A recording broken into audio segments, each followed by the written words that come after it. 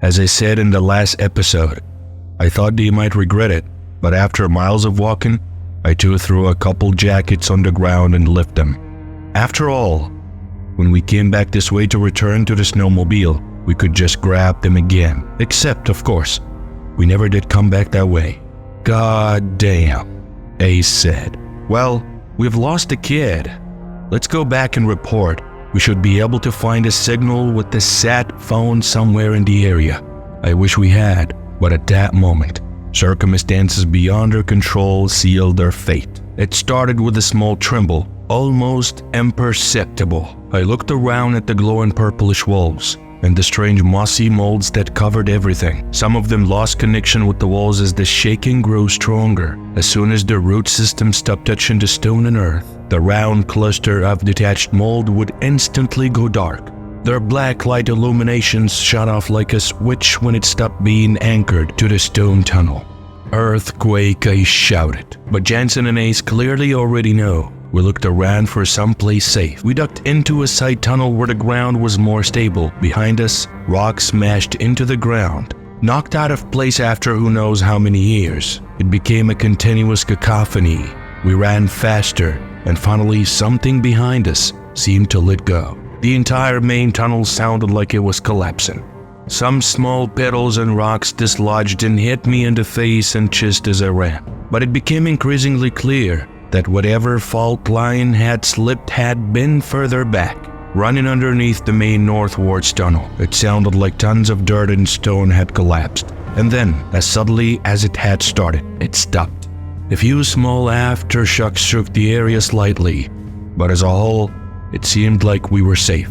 We all had our lit hand lamps on as we made our way back to the main tunnel, hoping there was a way out. We had to get to the snowmobiles, and more importantly, we needed help. There might be more people imprisoned or taken hostage down here for all I knew. Is everyone okay? That's what I said. Then Jansen responded fine, as she was wiping dirt off her face. A small trickle of blood ran down her forehead. Jesus, the main tunnel, Ace said, walking slowly out of the small tunnel we had sought refuge in. Look at it. I came up behind him, unsurprised to see tons of rocks spilling out towards us, with smaller boulders and petals nearest in huge pieces as tall as a man appearing further in. We were going to need to find another way back, I said. We can't go back, Jansen said. There is a hostage in here. And how do you expect us to find him? Ace asked. These tunnels could go for 100 miles in every direction for all we know. I felt another tremble below our feet as a small aftershock passed through the area, sending a few smaller stones rolling and tumbling around us. But we had come this far after all. We're going to get that kid back, I said. We've already come this far, and the way back is blocked anyways. We're going to need to find another way out. There has to be other entrances to this cave system. But what I really thought about was the horror stories I'd heard about the Paris catacombs. How occasionally someone would find themselves lost in them. Countless random twists and turns through the darkness below the city combined with many miles of tunnels meant that very few who found themselves alone and lost down there made it back. They often starved or died from dehydration, their bones inevitably mixing with the hundreds of thousands of others resting eternally under the bustling cityscape above. After resting, we started moving forwards together. Morale felt it, and even Ace looked sullen and thoughtful. We continued on in the main tunnel, hoping that the boy still lived somewhere in these endless tunnels. While we hadn't heard a single sound from the creatures in so long that I began to give up hope. The tunnel ahead of us started to open up, and massive growths of the luminescent molds began infesting the floor and the walls, growing in shapes like an ant mounds that reached nearly up to my neck. A soft sound began to echo back. It sounded like the babbling of a subterranean brook. Running forward, I shone the light into the stream and felt relieved to see it was full of pure, clean water.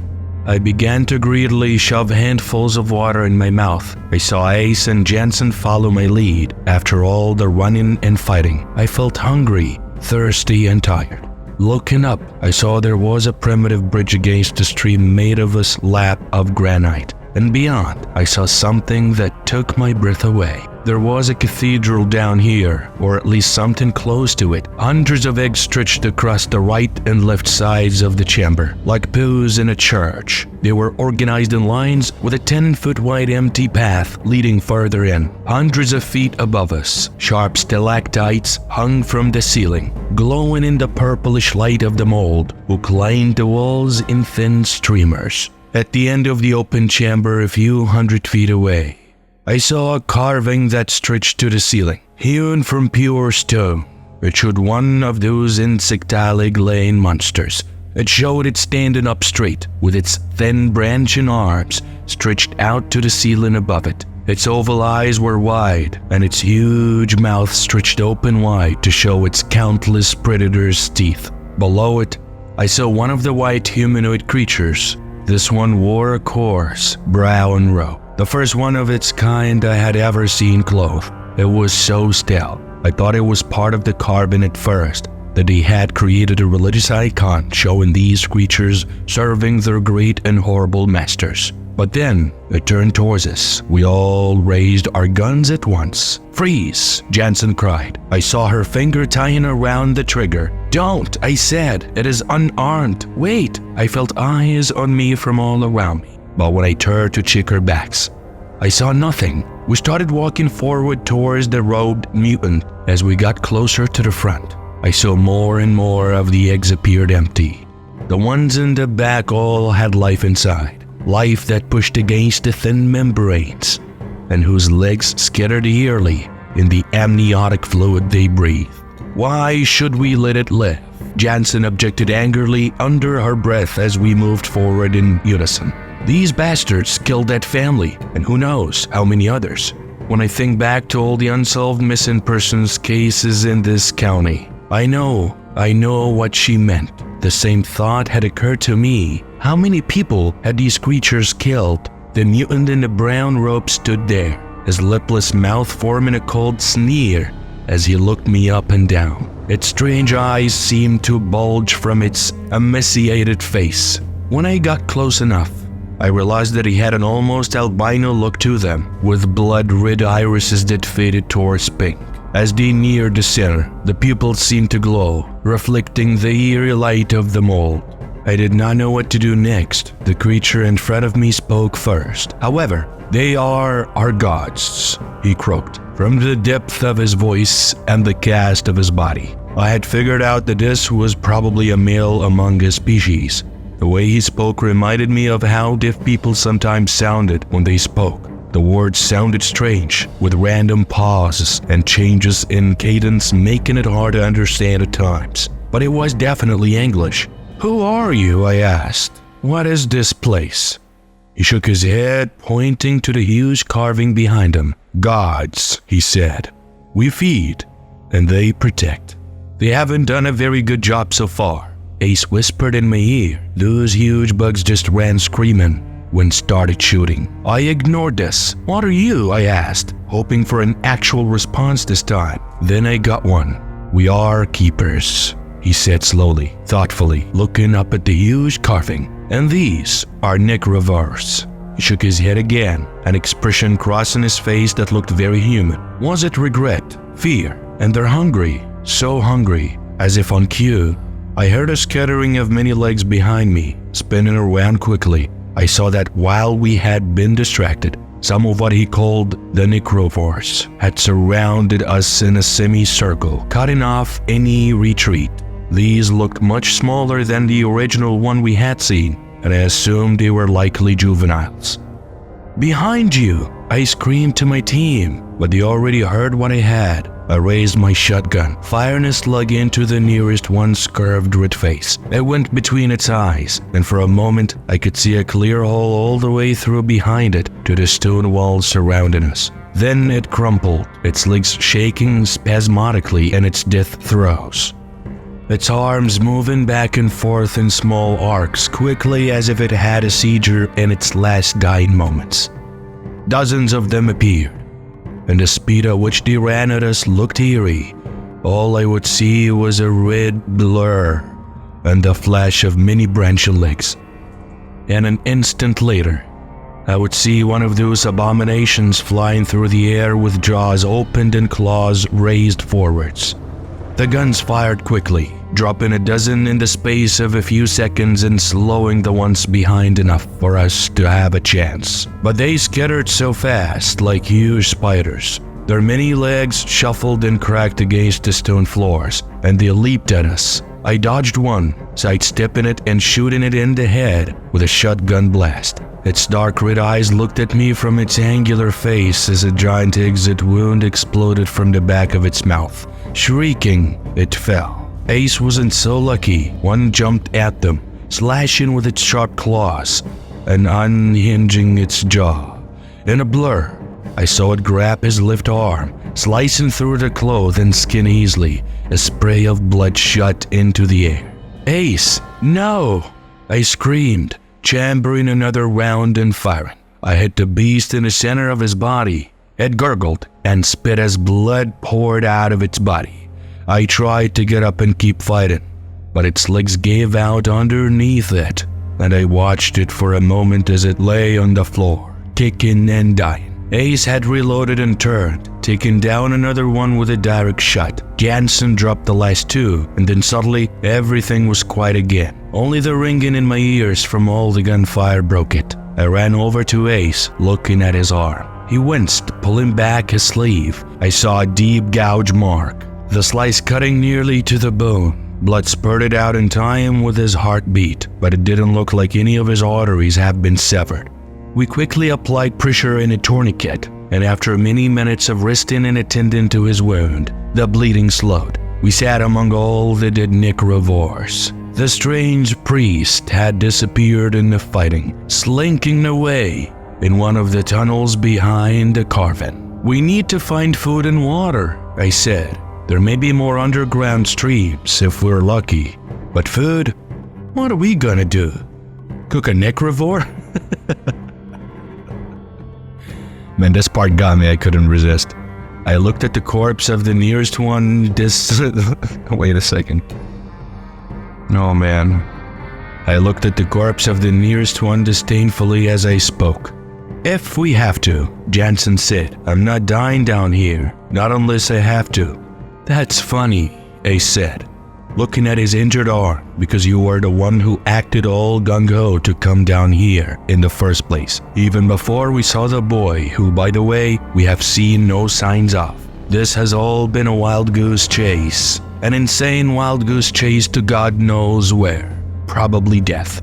Or the seventh circle of hell maybe," I said jokingly. But no one smiled. We continued walking. Eventually, we heard a soft babbling and found a small stream running through a side tunnel. We cleaned Ace's wound as best as we could, drinking as much of the clean, clear water as possible. But hunger began affecting me. I wondered if we really would have to try eating those strange and red beasts if it came down to it. Maybe they taste like lobster or something, I thought to myself with a wry smile. But our problems only got worse from there, as Ace's wound looked terrible. Red, inflamed patches of skin rose all around the slice, and the veins seemed to be discolored as they lit away from it. "Nothing to worry about," Ace said while he was smiling. "It is only a flesh wound." But in fact, I did worry. And it got worse as we went on. After a couple more hours of walking, it started to really smell, and I saw pus and black spots beginning to spread on his arm. I had never seen an infection set on so rapidly like that before. I wondered what kind of exotic alien bacteria might be on those creatures, and shuddered. We rested, finding an empty sign tunnel and laying down. Ace and I were far away from Jansen, who had wandered away down the tunnel a few hundred feet, maybe to use the bathroom in private. "I don't trust her," Ace whispered. "Neither do I said. "I think she knows more than she lets on. The whole thing seems weird," Ace said, looking down at his arm for the 100th time, frowning and wincing. "But I think you might find you need her. I'm certainly not in much of a condition to help you." After resting for a while, we got back up and started on down the tunnel again. The endless growths of mold still giving us enough illumination to see ahead without our lit headlamps. I tried to conserve the battery as much as possible. Ace quickly grew so sick that he staggered, bending over and retching occasionally, so it poured down his forehead. and he swayed on his feet whenever he stood up straight. I looked at his wound and gasped. I thought about the medical terms I had heard: suppuration, the wound discharging pus, draining the fluids of dying tissue and leaking it all over his skin; necrosis, the leavened flesh being eaten as the man watched. None of these words covered the true horror of what we saw. Ace walked for long as he could, but as we went on,